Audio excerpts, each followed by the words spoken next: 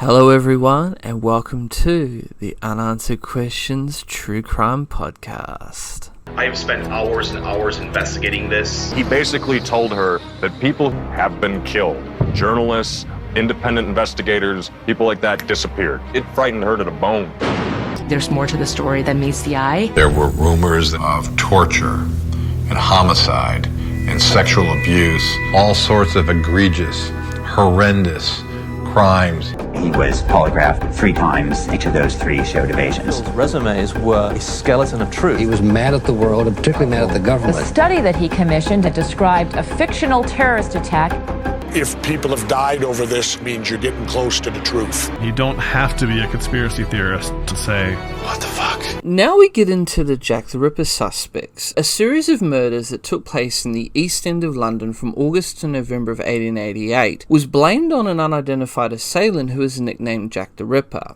Since that time, the identity of the killer or killers has been widely debated, and over 100 Jack the Ripper suspects have been named. Though many possible theories have been advanced, experts find none widely persuasive, and some are hardly taken seriously at all. Due to the extensive time interval since the murders, the killer will likely never be identified, despite ongoing speculation as to his identity. Now we come to the contemporaneous police opinion. The Metropolitan Police Service files show that their investigation into the serial killings encompassed 11 separate murders between 1888 and 1891, known in the police docket as the Whitechapel murders. 5 of these, the murders of Mary Ann Nichols, Annie Chapman, Elizabeth Stride, Catherine Eddowes, and Mary Jane Kelly, are generally agreed to be the work of a single killer known as Jack the Ripper. These murders occurred between August and November of 1888, within a short distance of each other, and are collectively known as the Canonical Five. The 6 other murders, those of Emma Elizabeth Smith, Martha Tabram, Rose Mylett, Alice Mackenzie, Frances Coles, and the Pinchin Street torso, have been linked with Jack the Ripper to varying degrees. The swiftness of the attacks and the manner of the mutilations performed on some of the bodies, which included disembowelment and removal of organs, led to speculation that the murderer had the skills of a physician or butcher. However, others disagreed strongly and thought the wounds too crude to be professional. The alibis of local butchers and slaughterers were investigated, with the result that they were eliminated from the inquiry. Over 2,000 people were interviewed, upwards of 300 people were investigated, and 80 people were detained. During the course of their investigations of the murders, police regarded several men as strong suspects, though none were ever formally charged. So first off among the suspects, we're going to start the list with Montague John Druitt. Now, Montague John Druitt, who was born on the 15th of August 1857 and died early December of 1888, was a Dorset-born barrister who worked to supplement his income as an assistant schoolmaster in Blackheath, London, until his dismissal shortly before his suicide by drowning in 1888. His decomposed body was found floating in the Thames near Chiswick on the 31st of December 1888. Some modern authors suggest that Druitt may have been dismissed because he was homosexual, and this could have driven him to commit suicide. However, both his mother and his grandmother suffered mental health problems, and it is possible that he was dismissed because of an underlying hereditary psychiatric illness. His death shortly after the last canonical murder, which took place on the 9th of November 1888, led Assistant Chief Constable Sir Melville McNuttigan, do apologise if I get that name wrong, to name him as a suspect in a memorandum of the 23rd of February 1894. However, McNuttigan incorrectly described the 31-year-old barrister as a 41-year-old doctor. On the 1st of September, the day after the first canonical murder, Druitt was in Dorset playing cricket, and most experts now believe that the killer was local to Whitechapel, whereas Druitt lived miles away on the other side of the Thames in Kent. Inspector Frederick Aberline appeared to dismiss Druitt as a serious suspect on the basis that the only evidence against him was the coincidental timing of his suicide shortly after the last canonical murder. Then we come to Selwyn Kolosky. I'm going to apologise for these because I honestly will not be able to pronounce some of these names. So, Selwyn Antonowisk Klowoski, alias George Chapman, no relation to victim Annie Chapman, born on the 14th of December 1865 and died on the 7th of April 1903, was born in Congress, Poland, but emigrated to the United Kingdom sometime between 1887 and 1888, shortly before the start of the Whitechapel murders. Between 1893 and 1894, he assumed the name of Chapman. He successively poisoned 3 of his wives and became known as the Borough Poisoner. He was hanged for his crimes in 1903. At the time of the Ripper murders, he lived in Whitechapel, London, where he'd been working as a barber under the name Ludwig Scholsky. According to H.L. Adam, who wrote a book on the poisonings in 1930, Chapman was Inspector Frederick Aberline's favoured suspect, and the Pall Mall Gazette reported that Aberline suspected Chapman after his conviction. However, others disagree that Chapman is a likely culprit, as he murdered his 3 wives with poison, and it is uncommon, though not unheard of a serial killer to make such a drastic change in their modus operandi. Now we come to another suspect, Aaron Kosminski. Now, Aaron Kosminski, born Aaron Mordik Kosminski, born 11th of September 1865 and died on the 24th of March 1919, was a Polish Jew who was admitted to Conley Hatch Lunatic Asylum in 1891. Kosminski, without a forename, was named as a suspect by Sir Melville Macdigan in his 1894 memorandum and by former Chief Inspector Donald Swanson in handwritten comments in the margin of his copy of Assistant Commissioner Sir Robert Anderson's memoirs. Anderson wrote that a Polish Jew had been identified as the Ripper, but that no prosecution was possible because the witness was also Jewish and refused to testify against a fellow Jew. Some authors are skeptical of this, while others use it in their theories. In his memorandum, Madigan stated that no one was ever identified as the Ripper, which directly contradicts Anderson's recollections. In 1987, author Martin Fido searched asylum records for any inmates called Kaminsky and found only one, Aaron Kaminsky. Kaminsky lived in Whitechapel. However, he was largely harmless in the asylum. His insanity took the form of auditory hallucinations, a paranoid fear of being fed by other people, a refusal to wash or bathe, and self-abuse. In his book, The Cases That Haunt Us, former FBI profiler John Douglas states that a paranoid individual such as Kaminsky would likely have only openly boasted of the murders while incarcerated had he been the killer, but there is no record that he ever did so. In 2014, DNA analysis tenuously linked Kaminsky with a shawl said to belong to victim Catherine Eddowes, but experts including Professor Sir Alec Jeffreys, the inventor of genetic fingerprinting, dismissed the claims as unreliable. In March of 2019, the Journal of Forensic Sciences published a study that claimed DNA from Kaminsky and Catherine Eddowes was found on the shawl, though other scientists have cast doubts on the study. Then we come to Michael Ostrog. So Michael Ostrog, born 1833 and died in or after 1904, was a Russian-born professional conman and thief. He used numerous aliases and assumed titles. Among his many dubious claims is that he once had been a surgeon in the Russian Navy. He was mentioned as a suspect by Madigan, who joined the case in 1889, the year after the canonical 5 victims were killed. Researchers have failed to find any evidence that he had committed crimes or any more serious than fraud and theft, and author Philip Sudgeon discovered prison records showing that Ostrog was jailed for petty offences in France during the Ripper murders. Ostrog was last mentioned alive in 1904. The date of his death is unknown.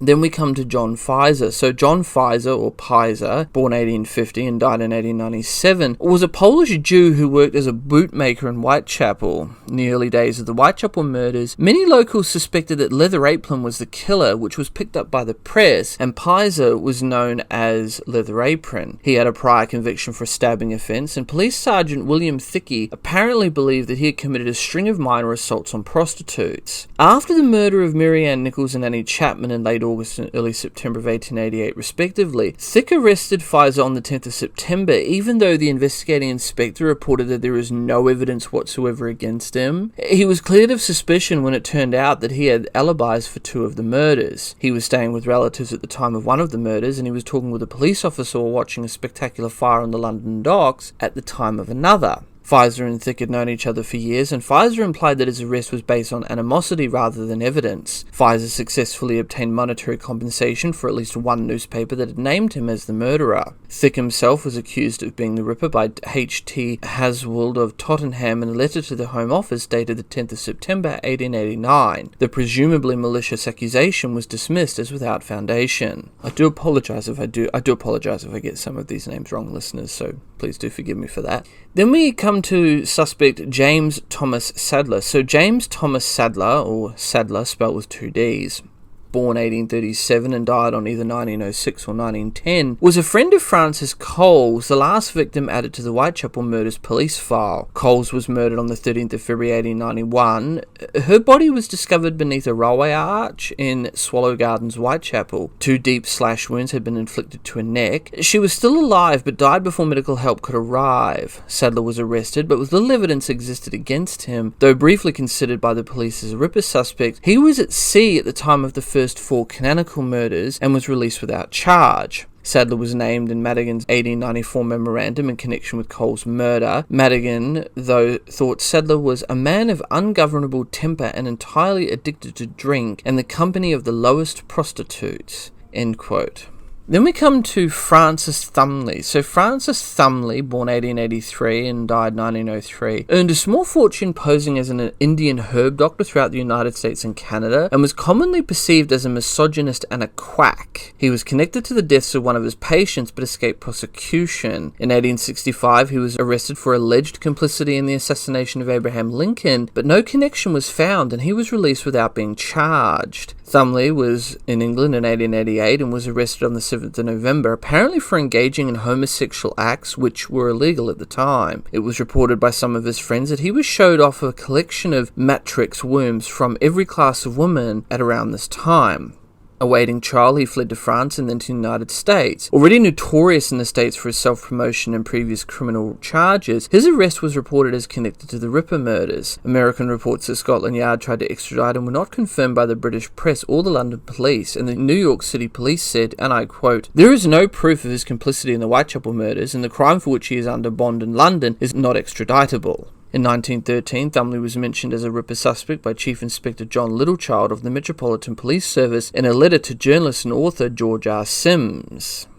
Now we come to contemporaneous press and public opinion. So, the Whitechapel murders were featured heavily in the media and attracted the attention of Victorian society at large. Journalists, letter writers, and amateur detectives all suggested names either in the press or to the police. Most were not and could not be taken seriously. I mean, for example, at the time of the murders, Richard Mansfield, a famous actor, starred in a theatrical version of Robert Louis Stevenson's book Strange Case of Dr. Jekyll and Mr. Hyde. The subject matter of horrific murder in the London streets and Mansfield's convincing portrayal led letter writers to accuse him of being the Ripper.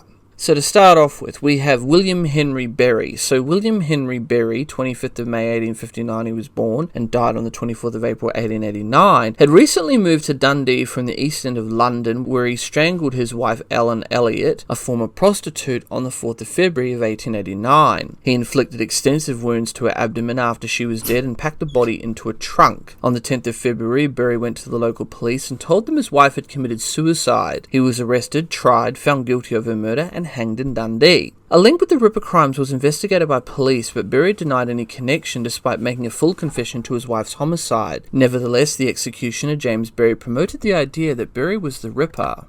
Then we come to Thomas Neil Cream. So Dr. Thomas Neil Cream, born on the 27th of May 1850 and died on the 15th of November 1892, was a doctor secretly specialising in abortions. He was born in Glasgow, educated in London and Canada, and entered practice in Canada and later in Chicago, Illinois. In 1881, he was found guilty of the fatal poisoning of his mistress' husband. He was imprisoned in the Illinois State Penitentiary in Joliet, Illinois from November of 1881 until his release on good behaviour on the 31st of July 1891. He moved to London where he resumed killing and was soon arrested. He was hanged on the 15th of November 1892 at Newgate Prison. According to some sources, his last words were reported as being, "I am Jack the..." end quote, interpreted to mean Jack the Ripper. However, police officials who attended the execution made no mention of this alleged interrupted confession. As he was still imprisoned at the time of the Ripper murders, most authorities consider it impossible for him to have been the culprit. However, Donald Bell suggested that he could have bribed officials and left the prison before his official release, and Sir Edward Marshall Hall suspected that his prison term may have been served by a lookalike in his place. Some notions are unlikely and contradict evidence given by the Illinois authorities, newspapers of the time, Cream's solicitors, Cream's family, and Cream himself. Then we come to Thomas Hayne Cutbush. So Thomas Hayne Cutbush, born 1865 and died in 1903, was a medical student sent to Lambeth Infirmary in 1891, suffering delusions thought to have been caused by syphilis. After stabbing a woman in the backside and attempting to stab a second, he was pronounced insane and committed to Broadmoor Hospital in 1891, where he remained until his death in 1903. In a series of articles in 1894, the Sun newspaper suggested that Cutbush was the Ripper. There is no evidence that the police took the idea seriously, and Melville Madigan's memorandum naming the three police suspects, Druitt, Kaminsky and Ostrog, was written to refute the idea that Cutbush was the Ripper. Cutbush was a suspect advanced in the 1993 book Jack the Mish by A.P. Wolfe, who suggested that Madigan wrote his memo to protect Cutbush's uncle, a fellow police officer. Another recent writer, Peter Hodgson, considers Cutbush the most likely candidate. David Bullock also firmly believes Cutbush to be the real Ripper in his book. Then we come to Frederick Bailey Deeming. So Frederick Bailey Deeming, born on the 30th of July 1853 and died on the 23rd of May 1892, murdered his first wife and 4 children in Rainhill near St Helens, Lancashire in 1891. His crimes went undiscovered, and later that year he immigrated to Australia with his second wife, whom he then also murdered. Her body was found buried under their house, and the subsequent investigation led to the discovery of the other bodies in England. He was arrested, sent to trial and found guilty. He wrote in a book and later boasted in jail that he was Jack the Ripper, but he was either imprisoned or in South Africa at the time of the Ripper murders. The police denied any connection between Deeming and the Ripper, and he was hanged in Melbourne. According to Robert Napper, a former Scotland Yard police detective, the British police did not consider him a suspect because of his 2 possible alibis, but Napper believed Deeming was not in jail at the time, and there is some evidence that he was back in England. Then we come to Karl Feigenbaum. So Karl Ferdinand Feigenbaum, alias Anton Czar, born 1840 and died on the 27th of April 1896, was a German merchant seaman arrested in 1894 in New York City for cutting the throat of Mrs. Julia Hoffman. After his execution, his lawyer, William Sanford Lawton, claimed that Feigenbaum had admitted to having a hatred of women and a desire to kill and mutilate them. Lawton further stated that he believed Feigenbaum was Jack the Ripper. Though covered by the press at the time, the idea was not pursued for more than a century. Using Lawton's accusation as a base, author Trevor Marriott, a former British murder squad detective, argued that Feigenbaum was responsible for the Ripper murders as well as other murders in the United States and Germany between 1891 and 1894. According to Wolf van der Linden, some of the murders listed by Marriott did not actually occur. The newspapers often embellished or created Ripper-like stories to boost sales. Lawton's accusations were disputed by a partner in his legal firm, Hugh O. Pentecost, and there is no proof that Feigenbaum was in Whitechapel at the time of the murders. Xanthi Malliot, a Scottish forensic anthropologist and criminologist who investigated the case in 2011, wrote there is considerable doubt that all of the Jack the Ripper murders were committed by the same person. She concludes that Feigenbaum could have been responsible for one, some, or perhaps all of the Whitechapel murders. End quote. Then we come to Robert Donston Stephenson. So Robert Donston Stephenson, also known as Rosalind Donston, was born on the 20th of April 1841 and died on the 9th of October 1916, was a journalist and writer interested in the occult and black magic. He admitted himself as a patient at the London Hospital in Whitechapel shortly before the murders started and left shortly after they ceased. He wrote a newspaper article in which he claimed the black magic was the motive for the killings and alleged that the Ripper was a Frenchman. Stephenson's stranger manner and interest in the crimes resulted in an amateur detective reporting him to Scotland Yard on Christmas Eve of 1888. 2 days later, Stephenson reported his own suspect, Dr. Morgan Davies of the London Hospital. Subsequently, he fell under the suspicion of newspaper editor William Thomas Stead, and in his books on the case, author and historian Melvin Harris argued that Stephenson was a leading suspect, but the police did not appear to have treated him or Mr. Davis as serious suspects. London Hospital night shift rosters and practices indicate that Stephenson was not able to leave on the nights of the murders and hence could not have been Jack the Ripper. Then we have more suspects that were proposed by later authors. So, suspects proposed years after the murders include virtually anyone remotely connected to the case by contemporary documents, as well as many famous names who are not considered in the police investigation at all. As anyone alive at the time is now dead, modern authors are free to accuse anyone they can without the need for any supporting historical evidence. Most of their suggestions cannot be taken seriously and include English novelist George Gissing, British Prime Minister William Ewart Gladstone, and syphilitic artist Frank Miles. So first off, we'll start with Prince Albert Victor, Duke of Clarence and Avondale.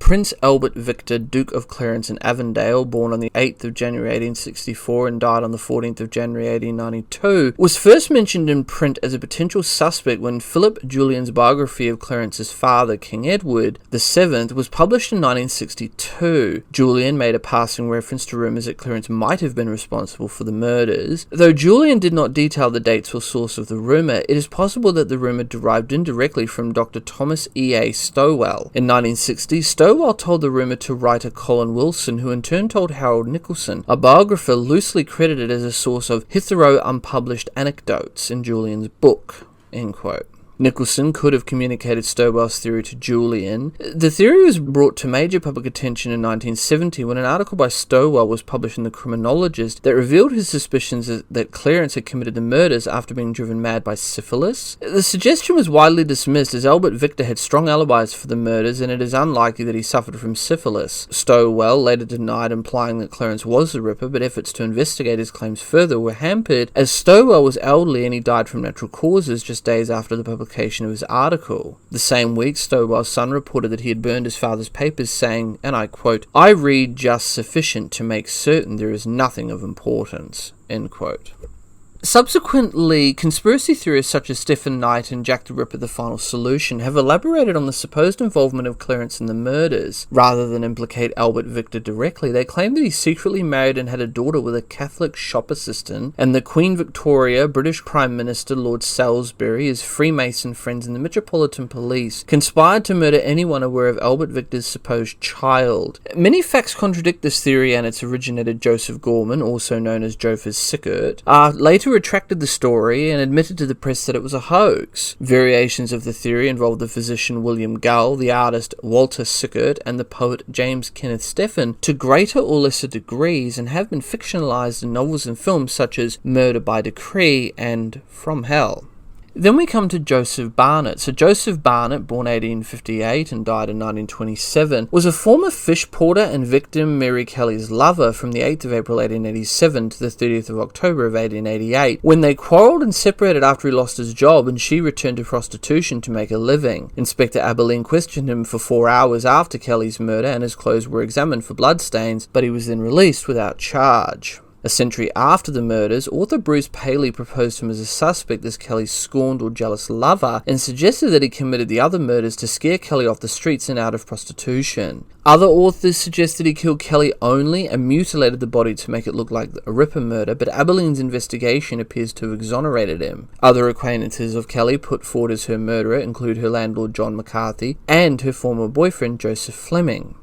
Now we come to Lewis Carroll. So Lewis Carroll, pen name of Charles Lutwig Dodgson, was born on the 27th of January 1832 and died on the 14th of January 1898, was the author of Alice's Adventures in Wonderland and Through the Looking Glass. He was named as a suspect based upon anagrams which author Richard Wallace devised for his book Jack the Ripper, Light-Hearted Friend. Wallace argues that Carroll had a psychotic breakdown after being assaulted by a man when he was 12. Moreover, according to Wallace, Carroll wrote a diary every day in purple ink, but on the days of the Whitechapel killings he switched to black. This claim has not been taken seriously by any scholars. Then we come to David Cohen. So David Cohen, born 1865 and died on the 20th of October of 1889, was a 23-year-old Polish Jew whose incarceration at Colney Hatch Lunatic Asylum on the 7th of December 1888 roughly coincided with the end of the murders. An unmarried tailor, Cohen was described as a violently antisocial poor East End local. He was suggested as a suspect by author and ripperologist Martin Fido in his book The Crimes, Detection and Death of Jack the Ripper, published in 1987. Fido claimed that the name David Cohen was used at the time to refer to a Jewish immigrant who either could not be positively identified or whose name was too difficult for police to spell, in the same fashion that John Doe is used in the United States today. Fido identified Cohen with Leather Apron and speculated that Cohen's true identity was Nathan Kaminsky, a bootmaker living in Whitechapel who'd been treated at one time for syphilis and who could not be traced after mid-1888, the same time that Cohen appeared. Fido believed that police officials confused the name Kaminsky with Kaminsky, resulting in the wrong man coming under suspicion. Cohen exhibited violent, destructive tendencies while at the asylum and had to be restrained. He died at the asylum in October of 1889, and in his book The Cases That Haunt Us, former FBI criminal profiler John Douglas has asserted that behavioural clues gathered from the murders all point to a person known to the police as David Cohen or someone very much like him. End quote. Then we have suspect William Withy Gull. So Sir William Withy Gull, born on the 31st of December 1816 and died on the 29th of January 1890, was a physician in ordinary to Queen Victoria. He was named as the Ripper as part of the evolution of the widely discredited Masonic royal conspiracy theory outlined in such books as Jack the Ripper, The Final Solution. Coachman John Neatley has been named as his accomplice, thanks to the popularity of this theory among fiction writers and for its dramatic nature. Gull shows up as the Ripper in a number of books and films, including the TV film Jack the Ripper, 1988, Alan Moore and Eddie Campbell's graphic novel From Hell, 1999, and its 2001 film adaptation in which Ian Holm plays Gull. Conventional historians have never taken Gull seriously as a suspect due to sheer lack of evidence, and in addition, he was in his 70s at the time of the murders and had recently suffered a stroke, which to me would put him out of the running for being the Ripper with those sort of ailments. Then we come to George Hutchinson. So George Hutchinson was an unemployed labourer, and on the 12th of November 1888, he made a formal statement to the London police that in the early hours of the 9th of November 1888, Mary Jane Kelly approached him in the street and asked him for money. He stated that he had then followed her and another man of conspicuous appearance to her room and had watched the room for about 3/4 of an hour without seeing either leave. He gave a very detailed description of the man, claiming he was of Jewish appearance, despite the darkness of that night. The accuracy of Hutchinson's statement was disputed among the senior police. For example, Inspector Frederick Aberline, after interviewing Hutchinson, believed that Hutchinson's account was truthful. However, Robert Anderson, head of the CID, later claimed that the only witness who got a good look at the killer was Jewish. Hutchinson was not a Jew and thus not that witness. Hutchinson's statement was made on the day that Mary Kelly's inquest was held, and he was not called to testify. Some modern scholars have suggested that Hutchinson was the Ripper himself, trying to confuse the police with a false description, but others suggest he may have been an attention seeker who made up a story he hoped to sell to the press. Then we come to James Kelly. So James Kelly, born on the 20th of April 1860 and died on the 17th of September 1929, no relation to victim Mary Kelly, was first identified as a suspect in Terence Sharkey's Jack the Ripper, 100 Years of Investigation, and documented in Prisoner 1167, The Madman Who Was Jack the Ripper by Jim Tully in 1997. James Kelly murdered his wife in 1883 by stabbing her in the neck, and deemed insane, he was committed to the Broadmoor Asylum, from which he later escaped in early 1988 using a key he fashioned himself. After the last of the 5 canonical Ripper murders in London in November of 1888, the police searched for Kelly at what had been his residence prior to his wife's murder, but they were not able to locate him. In 1927, almost 40 years after his escape, he unexpectedly turned himself into the officials at the Broadmoor Asylum. He died 2 years later, presumably of natural causes. Retired New York Police Department cold case detective Ed Norris examined the Jack the Ripper case for a Discovery Channel program called Jack the Ripper in America. In it, Norris claims that James Kelly was Jack the Ripper and that he was also responsible for multiple murders in cities around the United States. Norris highlights a few features of the Kelly story to support his contention. Norris reported Kelly's Broadmoor Asylum file from before his escape and his eventual return has never been opened since 1927 until Norris was given special permission for access to it, and that the file is the perfect profile match for Jack the Ripper.